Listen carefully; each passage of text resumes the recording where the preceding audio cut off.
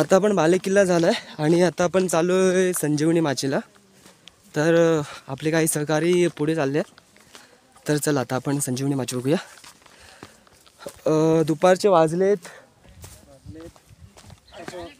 12 वाजायला 10 मिनिटं बाकी आहेत आणि आपण आता संजीवनी माची बघायला चालू आहे। चला तर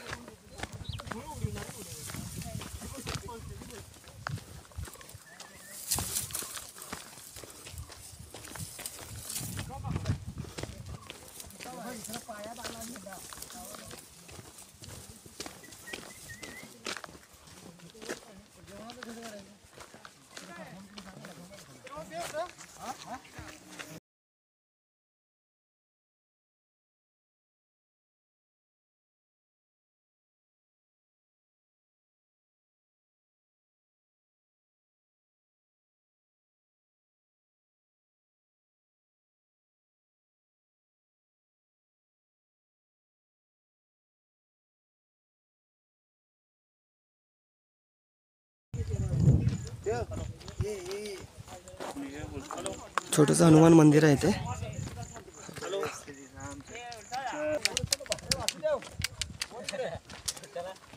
या साईडला ये मग तू इंडिया साईडला पकड बघा बघा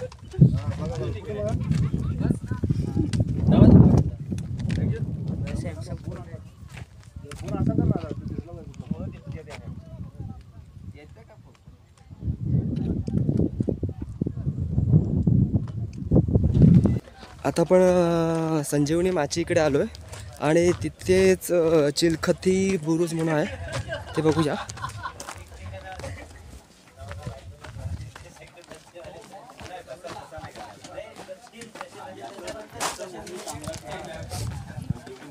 इकडून खाली जाण्यासाठी रस्ता आहे।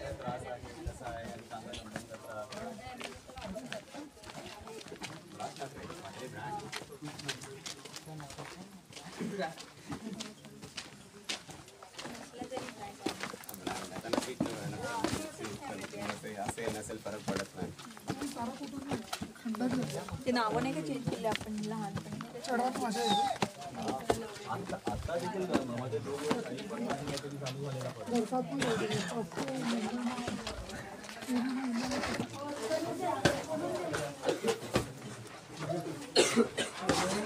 कुणाकडे बँडेज आहे का?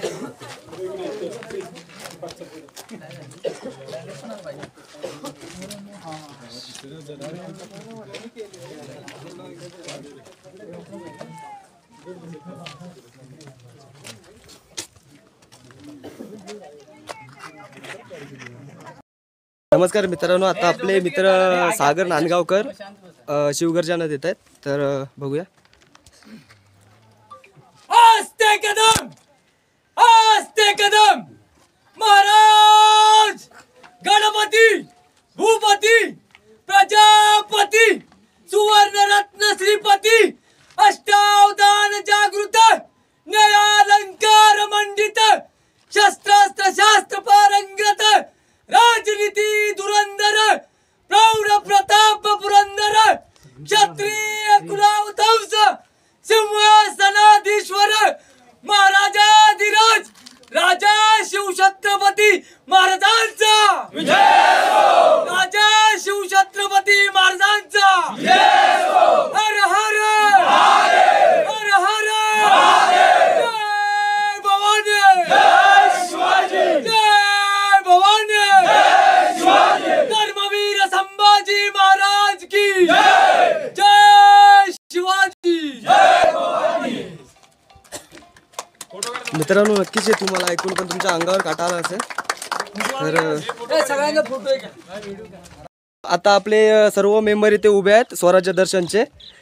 झाले 4 तासानंतर आपण पुन्हा एकत्र आलोय तर सर्वांना मी दाखवतो एकदा माझे मित्र सर्व।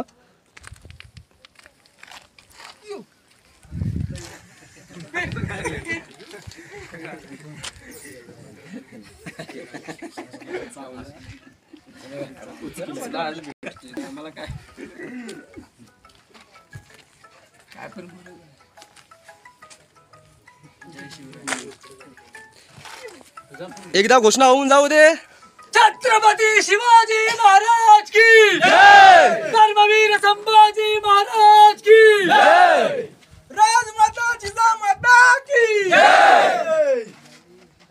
आता आपले वैभवदादा पाटील काही गडाबद्दल मार्गदर्शन करतील, काही माहिती सांगतील.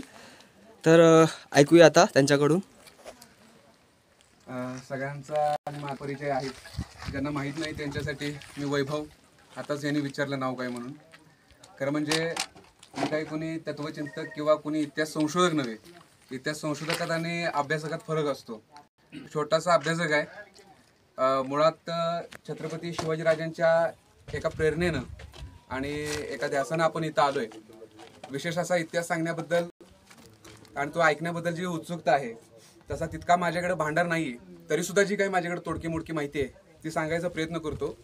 खरं म्हणजे ज्या वेळेला शिवाजीराजांनी लाल महाल सोडला आणि त्याच्यानंतर त्यांना एक असा किल्ला हवा होता की जिथं त्यांना फक्त तो डोंगर असून चालणार नव्हता, फक्त त्याला तटबंदी असून चालणार नव्हती, त्याला एक प्रभावळ असते. प्रभावळ म्हणजे एक शृंखला असते किल्ल्यांची.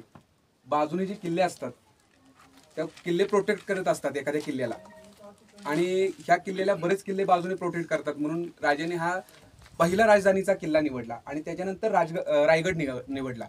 कारण रायगडला सुद्धा किल्ल्यांची प्रभावळ आहे. कारण लोहगड असू दे, त्याच्यानंतर हा राजगड आहे, परत तुमचा लिंगाणा वगैरे अशा किल्ल्यांची त्याला एक हे आहे, वलय आहे, आणि मध्ये रायगड आहे. म्हणून राजाने नंतर निवडला. परंतु त्याच्या अगोदर हा किल्ला त्यांना सोयीस्कर वाटला. त्याच्यासाठी इथं गुंजावन कुठं तरी नदी आहे, तिथे खाली आपण माहिती वाचली. तिथं अशा 3 नद्यांना पार करावं लागत होतं आणि त्याच्यानंतर या किल्ल्याजवळ यायला लागत होतं. परंतु नंतरच्या काळात स्वराज्याचा विस्तार एवढा वाढत गेला की त्यांना हा राजगड सुद्धा थोडासा तोड काढायला लागला. म्हणून त्यांनी परत हे केलं, रायगडची हे केली. मी परवा दिवशी एक घाणेकरांचं पुस्तक वाचत होतो, दुर्गाभ्यासक आहेत ते. तर त्यांनी त्यांच्या एका पुस्तकात असं लिहिलंय की एक मला वाटतं साधारणपणे 2011च्या दरम्यान एक हे होतं, संपूर्ण जगातले किल्ले त्यांचं एक हे आलेलं, काय बोलतो त्याला आपण, एक प्रतिमा सगळ्यांच्या जगातल्या किल्ल्यांच्या, बेस्ट किल्ल्यांच्या प्रतिमा होत्या. आणि ह्या 2011ला सगळ्या जगातल्या सगळ्यात बेस्ट प्रतिमा आणि सगळ्यात बेस्ट किल्ला म्हणून ह्या किल्ल्याला गौरवलं गेलं आणि त्याचं गिनीज बुकात नाव नोंद केलं गेलं. आणि त्यावेळेला तिथली जी मला वाटतं युनेस्कोमध्ये होतं काहीतरी, आणि तिथली जी हे होती म्हणजे प्रतिनिधी होते ती, तर त्यांनी सांगितलं की हा राजगड नाही, हा किल्ल्यांचा राजा आहे, म्हणून हा किंग ऑफ फोर्ट आहे. तर म्हणून त्याला गौरवलं सुद्धा गेलेलं आहे. कारण इकडं सुवेळा माची इकडं अशी आहे आणि इकडं परत संजीवनी माची आहे आणि इकडं असा बाग किल्ला. आपण एक स्प्रिंग फिरवतो सेम त्या पद्धतीतच आहे. नेमका या गडाला वेढा घालायचा कसा, त्याच्यामुळं हे सुद्धा बरंच हे आहे. छत्रपती शिवाजीराजांची पत्र जर वाचायचं म्हटलं, बऱ्याच जणांना नाद आहे, एक व्यसन असतं शिवरायांची पत्र वाचणं. शिवरायांच्या पत्रात ह्या राजगडाचा आणि इंग्रजकालीन जी कागदपत्र आहेत त्याच्यात सुद्धा ज्यांनी हे केलेलं आहे, तर तोरण्याला गरुड बोललं जातं, त्याचा हा सुद्धा प्रतिगरुड म्हणून हे त्यांनी हे केलेलं आहे. की एवढा विस्तीर्ण गड आहे की ह्याच्यात अजून एक महत्त्वाची गोष्ट अशी की गडाला ज्या वेळेला वेढा पडतो, की शिवाजीराजे सतर्क किती होते.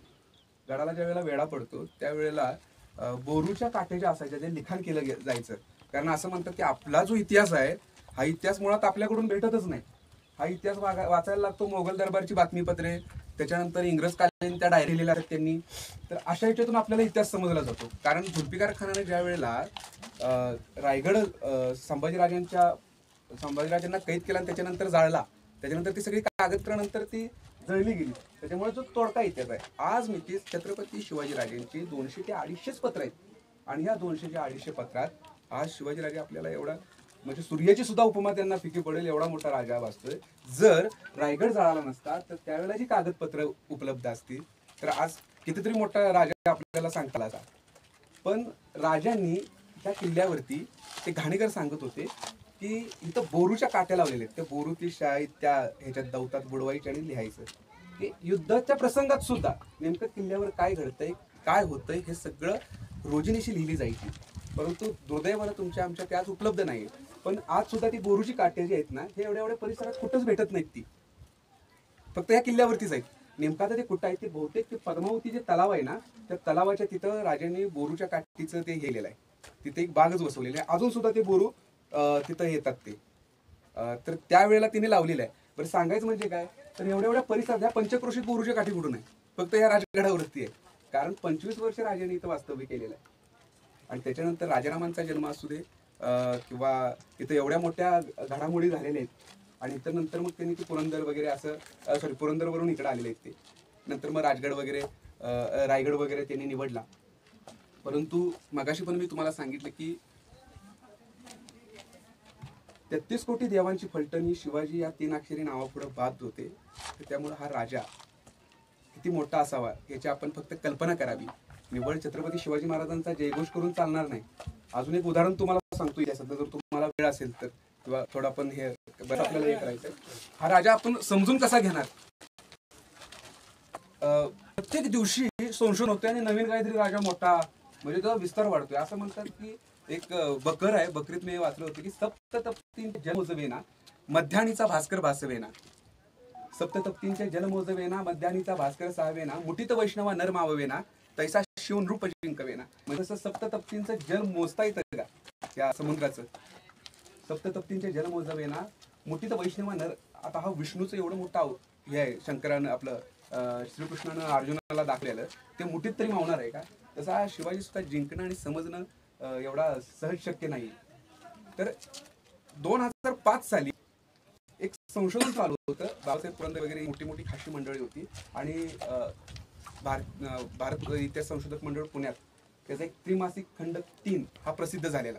आणि त्याच्यातला एक अंक होता की सिंधुदुर्ग जो आहे त्या सिंधुदुर्गाजवळ, म्हणजे मला एवढंच सांगायचं आहे तुम्हाला की राजे समजणं कितपत आपल्याला हे, सिंधुदुर्गाजवळ पोर्तुगीज, डच, फ्रेंच वगैरे असे जे परकीय सत्ता होत्या त्या समुद्रातून आत जहाजं घालायची आणि ती जहाजं काही अंतरावाल्या ऑटोमॅटिक पलटीच व्हायची. आणि मग नेमकं ते हे कशातून आपल्याला, आपण काही लिहिलेलं नाही, ते आपल्याला लढायचं का ते लिहायचं असं हे होता. बरं लिहिलं होतं ते सगळं जाळून टाकलं. आणि मग ह्या जहाजं पलटी होत आहेत. मग हे डच, इंग्रज, पोर्तुगीज अशा जी लेखी आहेत त्यांना लिहायची सवय. त्यावेळेला टाइम्स ऑफ लंडन चालू होतं शिवाजीराजांच्या वेळेला. तर तिकडे जे बातमीपत्रात त्यांनी दिलेलं आहे ना, तिकडे त्यांनी त्यांच्या राजाला वगैरे लिहिलेलं आहे की असं होतं आणि शिवाजी काहीतरी करतोय आणि ते जहाज पलटी होत आहे. बरं असा फक्त एक लिहित नाही, डच तेच लिहित आहेत, पोर्तुगीज तेच लिहित आहेत, इंग्रज तेच लिहित आहेत. मग ह्या सगळ्या ह्याच्यावरती सगळ्यांनी संशोधन करायचं ठरवलं की असं तर होऊ शकत नाही लांबडी. आणि त्याच्यामुळे काय होते, तिथं आलं की ते तोफेच्या पलीकडे जाईल सिंधुदुर्ग, तिथं आलं की ते पलटी होते. या सगळ्यातून सांगायचं तात्पर्य एवढं की ही घटना 2005 ला कळाली.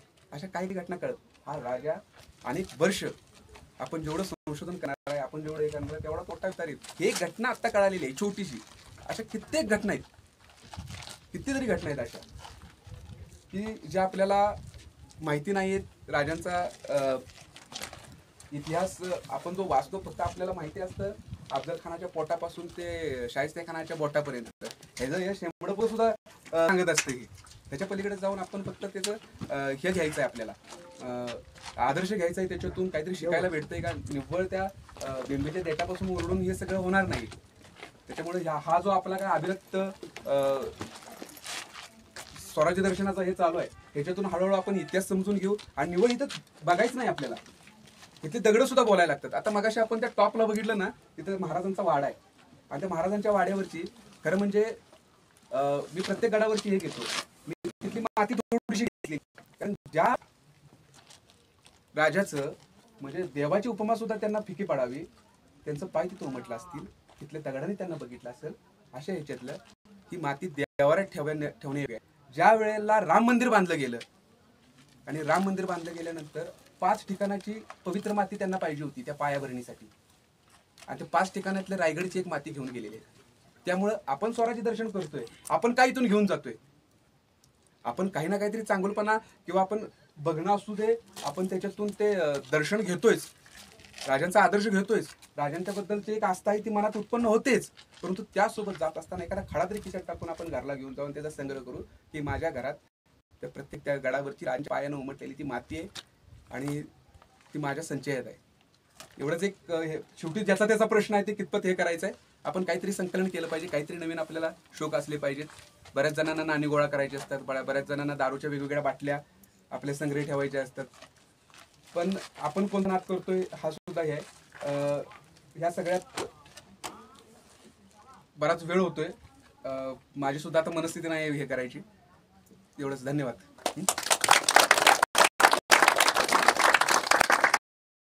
नमस्कार मित्रांनो, आता आपल्याला वैभवदादा पाटील यांनी काही माहिती दिली आहे, चांगली माहिती दिली आहे. मी पण त्यांना धन्यवाद देतो. वैभवदादा पाटील, मला तुमच्यासोबत पुढे स्वराज्य दर्शन करायला आवडेल. धन्यवाद आम्हाला माहिती दिल्याबद्दल.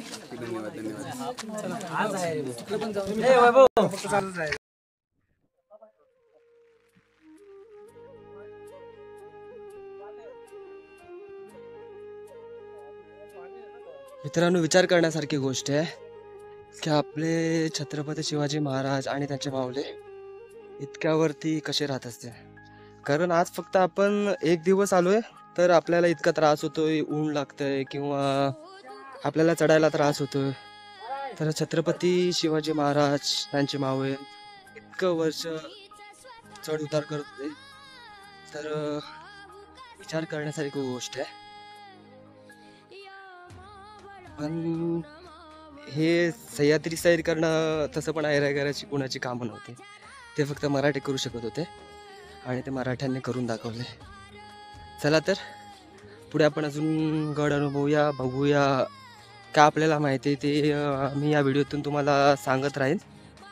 आणि जर माहीत नसेल तर मी थोडीफार आत्ताच आपण बघितलं वैभवदादा पाटील किंवा अजून आपले मित्र आले आहेत, तर त्यांच्याकडून मी थोडीफार माहिती घेण्याचा प्रयत्न करेन.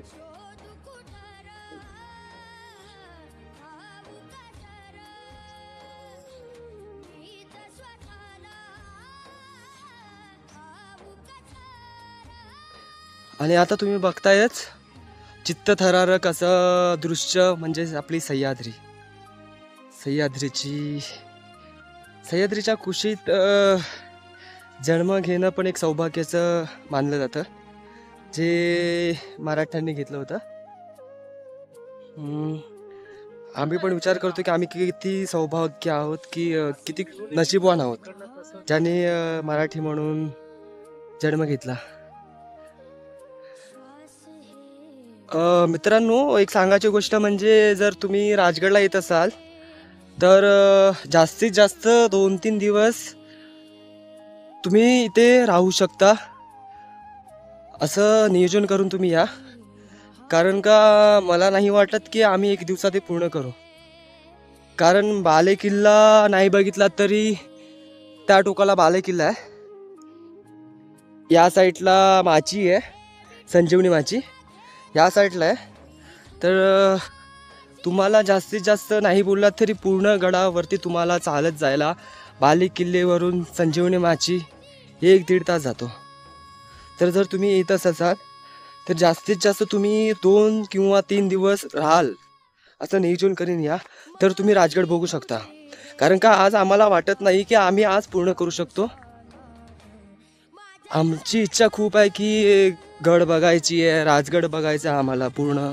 संजीवनी माची किंवा जे राजांनी एक भवितव्य करून ठेवलं आहे, जे आम्हाला इच्छा आहे बघायची. बट वेळेचं काही हे होत नाही आम्हाला. त्याच्यामुळे आम्हाला थोडंफार काही जे नेमकं आहे, जे नेमकं असं पण बोलू शकत नाही.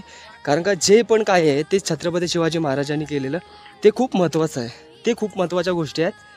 पण तरी पण आम्ही जे आम्हाला बघता येईल एका दिवसामध्ये तेवढं आम्ही बघायचा प्रयत्न करतो आहे. मी माझ्या व्हिडिओमधून दाखवायचा प्रयत्न करतो आहे. बट माझी विनंती आहे की तुम्हाला यायचं असेल तर कृपया 2-3 दिवस तुम्ही सुट्टी काढून राजगडवरती फिरायला या. जेव्हा आम्ही गड उतरत होतो तेव्हा काही व्हिडिओ बनवता आला नाही, कारण का माझा मोबाईल स्विच ऑफ झाला होता. त्याच्यासाठी सॉरी. आता जस्ट आम्ही आलोय, फ्रेश वगैरे झालो इथे आणि आता आम्ही जेवणार आहे ते कैलास हॉटेल म्हणून आहे, तिथे जेवायला जाणार आहे. तरी पण जिथून आम्ही गेलो तिथून वरती जायला तरी पण 2.5-3 तास लागले. बट येताना आम्हाला काही येथील स्थायिक ग्रामस्थांनी काही शॉर्टकट दाखवलं होतं, त्याच्यामुळे आम्हाला 1.5 तास गेला यायला. तर चला आम्ही दाखवतो तुम्हाला आम्ही कुठे जेवण. हे हॉटेल आहे जिथे आम्ही आता दुपारचं जेवण करणार आहे. सर्व जेवणाची वाट बघतायत, सर्व बसलेत जेवणाची वाट बघत. काही लोकांचं जेवण झालं आहे आणि काही लोक बाकी आहेत. हे जेवणाची वाट बघतायत. आम्हाला का जेवण अजून भेटलं नाही आहे.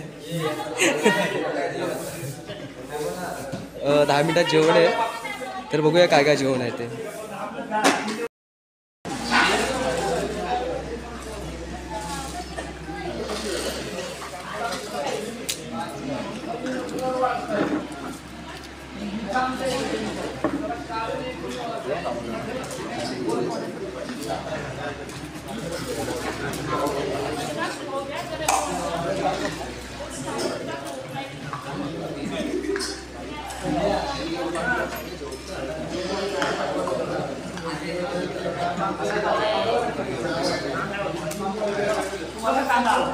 एकदम शुल्क किमतीत जेवण बघू शकता मित्रांनो. जेवण कसं आहे? एकदम मस्त, सुंदर.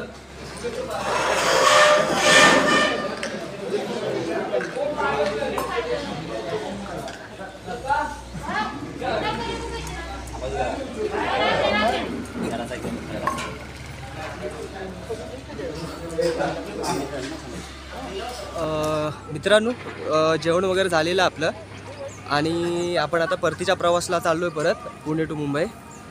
तर आपली गाडी रेडी आहे, गाडी चालू झाली आहे. एक एक येत आहेत, सर्व जमा होत आहेत. बघू शकता तुम्ही, सर्व रेडी झाली आहे आणि आपण आता जाणार आहे मुंबईला. चला तर एकदा होऊन जाऊ दे.